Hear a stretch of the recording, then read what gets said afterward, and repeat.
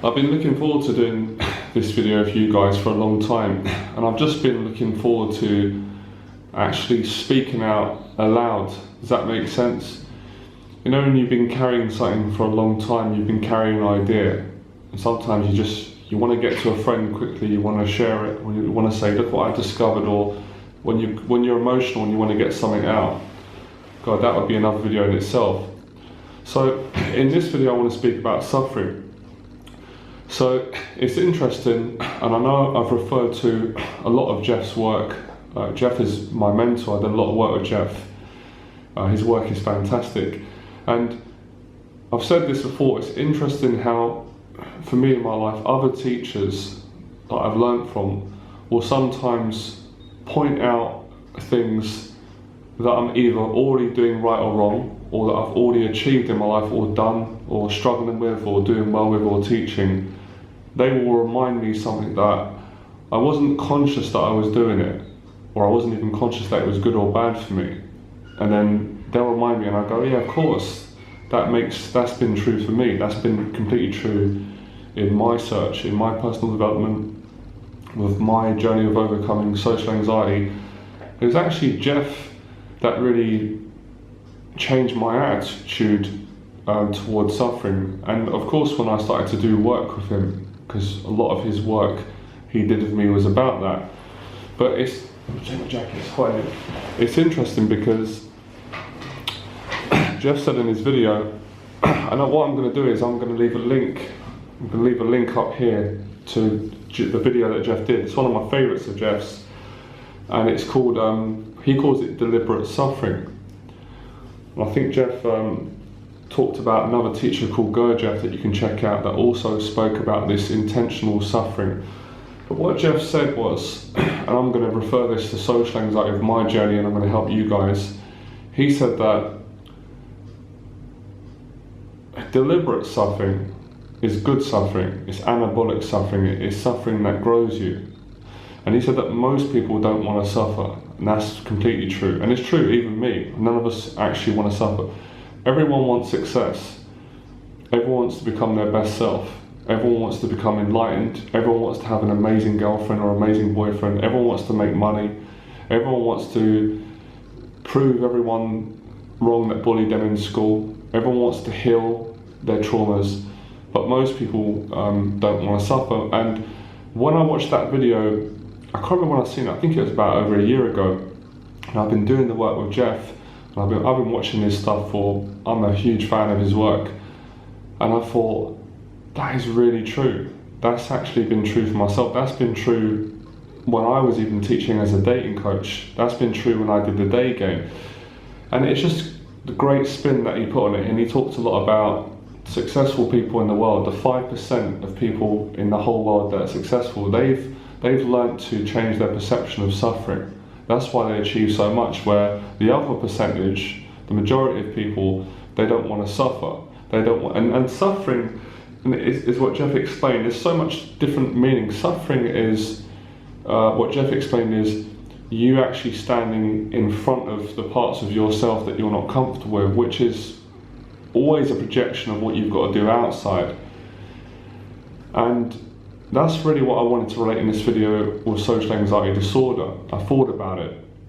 When you've got social anxiety disorder, you suffer either way. You cannot escape suffering. As a matter of fact, to go even deeper, we all suffer. Human existence is suffering, as Buddha said. So how can you make the suffering good? How can you come to terms with suffering? How can you grow more? How can you have a lot more happiness? Because you're probably thinking right now, I was thinking this at the time, well, how can I enjoy my life if I'm going to suffer? What's the point then if I'm going to suffer? It's the wrong mentality. I'm trying to explain the concept. So, you know yourself, you guys and girls, when you've got social anxiety, depending on how bad you've got, let's say you're at the early stages where it's really bad, where you can't come out of the house, you can't make eye contact, you can't speak to people, that is incredible suffering. I went through it myself. The anxiety, the depression, the paranoia, the stress, the story in the head, the fear of people judging you, just sitting in your room thinking about that all day, that's torturous. But if I was to say to you, well, you're suffering anyway, you might as well come out of the house with me, and we might as well go and speak to people. You might as well go to an event, or you might as well, just for a couple of conversations in a day, you might as well practice your eye contact, or you might as well do a YouTube video for YouTube and put yourself on the internet, or just. And when you do that, what's going to happen after? What's the likelihood after? How are you going to feel? You may feel a bit stressed. You're going to grow. You're going to feel better. So that's good suffering versus bad suffering. And that's really what Jeff was explaining. He was saying the suffering at the cost of achieving your dreams is a complete different type of suffering to the suffering of, going the opposite way, where you're not achieving, you're just still, you're in one place, you're not moving. And when he said that, and I'm still learning from that concept, because these concepts, they're powerful, deep, profound truths, and you can just keep going further and further. And you guys may not think this, or because a lot of people don't. I suffer every single week. Like I suffer every week. Like I've been suffering today. Like sometimes doing these videos, it's uncomfortable. It's suffering. That's why sometimes I struggle to do the videos. I'm stuttering, I'm nervous, but I also get a lot of joy out of it. It's that contradiction, it's that beautiful contradiction. Does that make sense? If I didn't do this job, I probably wouldn't be here right now. I've been straight, I probably would be in prison with how I was going and sort of person I was. I need to be doing positive. So I love doing this. It gives me so much joy. That's why I do the YouTube videos so often, and that's why I teach. So what I'm saying is you have to really measure in your life the proportionate amount of suffering that you are going through on a daily basis, weekly or monthly. Weigh that out with how much joy and love you've got in your life. So it's really about, for me, it's about, let's weigh up the odds. Does that make sense? And Jeff even referred it to, I think he spoke about the bodybuilders. He said people that go in the gym, most people in the gym walk up and down. They don't really put the work in. And I've seen this when I used to train as well, not to be judgmental of anyone. They're just walking up and down, their physiques don't really change. You'll see 6 months later, they're a little bit more improved. But there's always a small percentage of people in the gym that they destroy it. They do squats, they do deadlifts, they diet well, they get ripped, they build up, because they really put their body under the suffering. As Jeff said, they go straight into the bone, they go straight into the area that's going to grow you. So social anxiety is no different, and that's what I was doing that before I started to work with Jeff anyway. But when I worked with Jeff, he made me go into areas that I didn't even know I could do it. I was not even aware that the human body could take this type of suffering, and that's when I did a lot of the internal work with Jeff. And that was really about me healing, coming to terms of what had happened with my dad, and really me straightening myself out and looking at all of the dishonesty that I've been doing over the years, with the cheating, the lying, the sex with women, lots of the self-abusive stuff, violence and stuff. So that was really excruciatingly painful, to the point where sometimes I was crying, coming home just like in tears, just I can't do this, it's too hard, I just can't do it. But then the next day my attitude would change, I'd calm down, my body would readjust, and then I would be hit with this immense feeling of love, this immense confidence, I can't even explain it. And sometimes what I do now, I go to the church and pray and say, God, I can't do all this, it's not possible, it's too difficult, I can't even, how am I going to get to the next bit? And that's all I've been doing. That's why I'm in the position I'm in. It's not come through luck, it's not come through coincidence. Same with the public speaking. I'm only really good at public speaking now. I'm a really confident speaker because I had to literally jump out of my body and drag myself. I'm talking like drag myself to the talks because I didn't want to do it. Like almost like my true self or my natural introverted self doesn't want to be in front of large groups of people giving talks and being looked and being judged, and part of me doesn't like that type of attention. But what part of that is me? What part of that is you? That's not the real me. That's the scared me. But when I go and do it and put myself in that situation, something takes over. The love takes over, the passion to talk to people and to tell the truth, and then to receive that I'm just going to say the word love because it always is love, to receive that feeling of relief, of achievement, and that always gives you confidence for the next talk and then the next talk. So this is everything. This is what social anxiety is about. It's about making a decision. And I know how it is when you're going through social anxiety. Intellectually, you know everything. You could go online, you can watch all my videos. My videos are really good, they're powerful, they're all honest, they're from my real experience. You can read blogs, you can listen to music, motivational music, which is great, you can meditate. But until you actually start putting yourself in these situations that make you suffer emotionally, psychologically, periodically, nothing's going to change. So I'm saying in this video, let's weigh up the two types of suffering. Let's say if we don't speak to people, if we don't come out of our house, if we don't look at the areas of our life that we are embarrassed about, we're ashamed about, the areas that we say in our mind, I would not want my family or my friends or new people that are going to come into my life to know about the things I did. If we're going to look at those areas, we're going to be having a different conversation next time. You're going to have so much joy. Then you're going to be on to another period and you're going to grow again. So it's constant formula.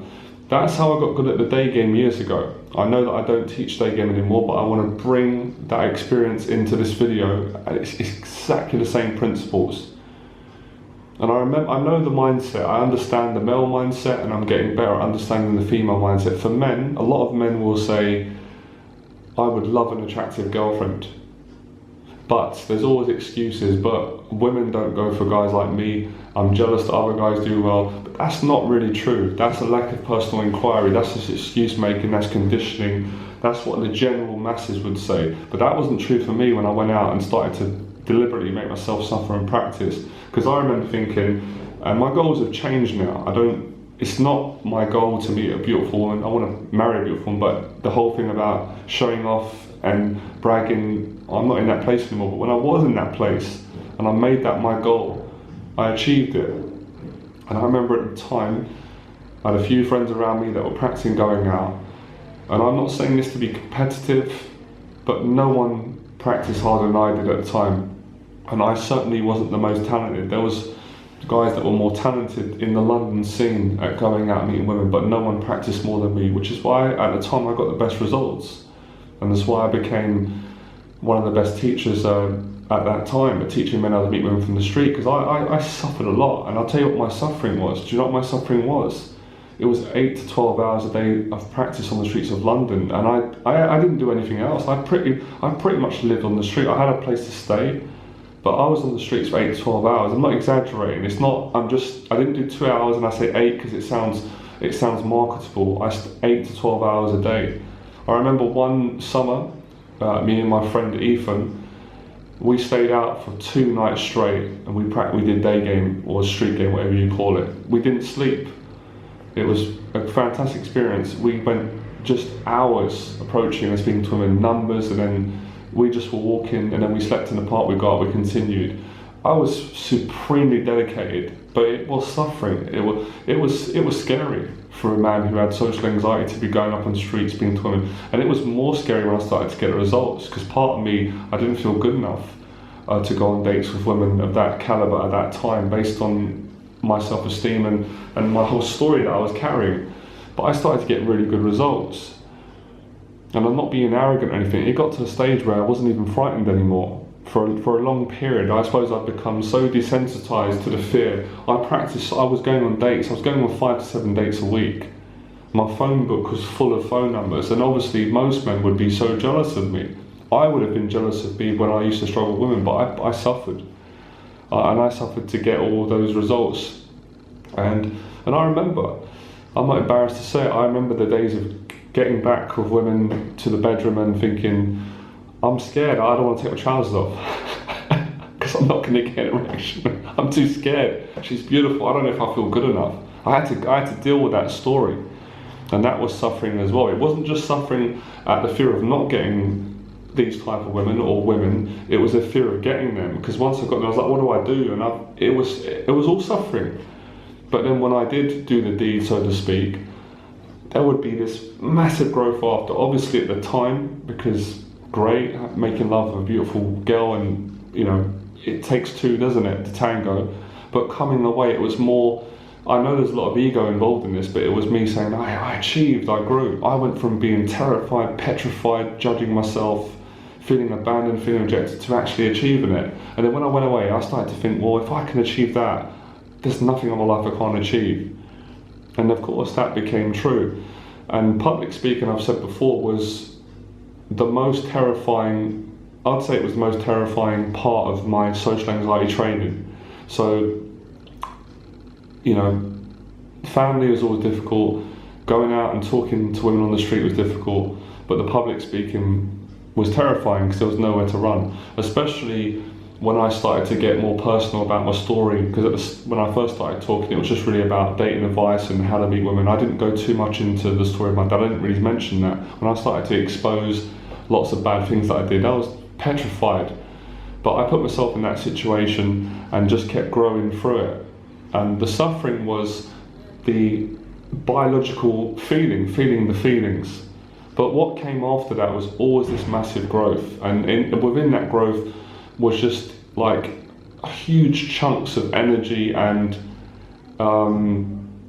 what's the word?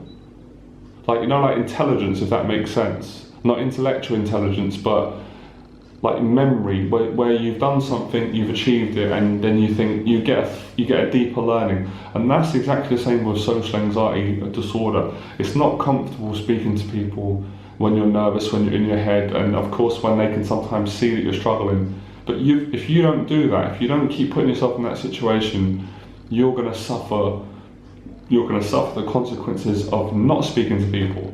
So if you think of it as good suffering, bad suffering, the good suffering is putting yourself in situations that deliberately bring up feelings, but at the cost of suffering those experiences, you're going to grow after. And then of course eventually you get to a stage where it's not going to feel uncomfortable to be around people. It's going to feel fantastic. You're going to enjoy being around people, and then that's going to take you into a whole different realm of self-esteem and confidence. But you have to make a decision. I'm going to push you guys and girls a bit this week. I've been pushing myself as well. I've been pushing myself with the videos. Every month I kind of do a check and I say, right, the videos are good, but I need to be like keep getting better, in a sense, being more honest, exposing more, because I'm realizing that people want more. People want to hear about, you know, the most uncomfortable aspects of my story, to help them with their story. And that's why now I've had a little bit of criticism of people saying, you keep talking about yourself, Johnny, you keep telling the story. Well, it's helping people. If I can't please everyone, there's no point in me coming on YouTube and just talking about, you know, all the rosy bits of personal development. That's not really going to help people. The best thing I can do is to keep telling you what has actually worked for me. Otherwise, what's the point? What's the point of me speaking not from my experience, not from the bits that are the most valuable parts? And I said before, all the pretty parts of personal development, pretty in the sense of, you know, the areas that most of us can do, and the things that, you know, the comfortable areas, they're going to grow you a little bit, but they're not going to grow you as much as the areas that are uncomfortable. And there are two sort of variations, as I said, with social anxiety. One is the social aspect, where you have to speak to people and get uncomfortable and socialise and build that muscle and then start overcoming the feelings and getting more comfortable and feeling good around people. And the other part is the inside bit, is a lot of the work that I did with Jeff, where the internal work, where you have to look at these dysfunctional behaviours. Like, I didn't like it. I hated it, the fact that I was a big people pleaser, but I had to address that and look at that, and that was terrifying as well, and that was very uncomfortable. But when I started to stop people pleasing, that was like just a feeling of, you know, you just want to do that, you want to jump out on the street, you can breathe, you feel free. So, you know, it's pros and cons, you have to weigh them up. And there's certain concepts that I cannot explain over YouTube. I can't even explain in words. Does that make sense? The only way I could explain it would be to put you in these positions, and you get your experience, you get your own knowledge, and it's going to slightly differ to mine, but it's the same principle for all of us who have had this mental illness. It is challenging. It's bar none the most challenging thing I ever had to face. More difficult facing social anxiety disorder and the story around that and the trauma of my dad than fighting on the streets growing up in my area, in a very rough area. More frightening than when I went and did amateur boxing and had to spar with people that would rip my head off. More frightening than facing bullies growing up. More frightening than being around drug dealers and being a drug dealer at one time. Much more frightening in comparison. Way more frightening. Facing me, or the many parts of me, and all the things that I was quite frightened about people knowing. That was terrifying, but it was worth it. It was worth it to overcome this and to find out, to like who I am. That was all these areas, all the same. They're all. I know that these are all personal to everyone. It's quite amazing. It still amazes me every time I teach. I'm literally just working with new people every week now. It's really got busy. I'm just really saying the same thing. I never get bored of it. I'm just tailoring it to whoever the person I'm speaking to, whether it's a young girl, a woman, whether it's a man, a student. I'm just really retelling my story, and it never seems to fail. People seem to always need to hear it. Maybe they need to hear it in different variations. People will ask me about different parts. Tell me about this bit. How did you overcome this bit? How did you do this bit? But I just want to mention that, and I've said it before, I'm still at the very early stages of overcoming social anxiety. It's not like I've overcome this 20 years ago. So I think that's what that's what puts me in a good position to keep putting these videos out. It's only been in the last 2 years. So I'm still very new in my new identity. So I've said to one of my students, and I'm going to keep saying it because it takes some pressure off me.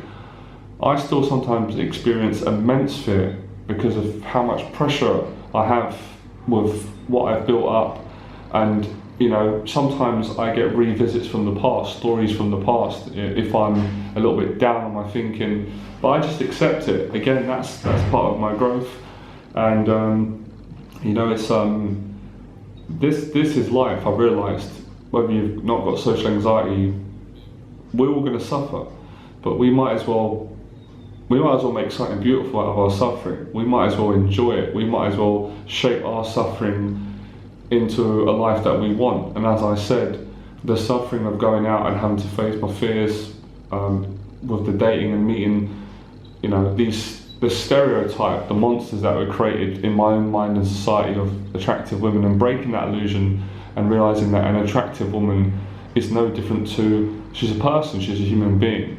And I got to a stage, and I've said this before in my videos, and it was a truth that it's kind of knocked me back, where sometimes attractive women were even easier. And I don't like labelling and saying, I don't feel comfortable even talking about this, saying, well, she's 10, she's 7, because it's not nice if someone says that about me, but I'm just using a language that we use in society because it seems to be big on the list of men.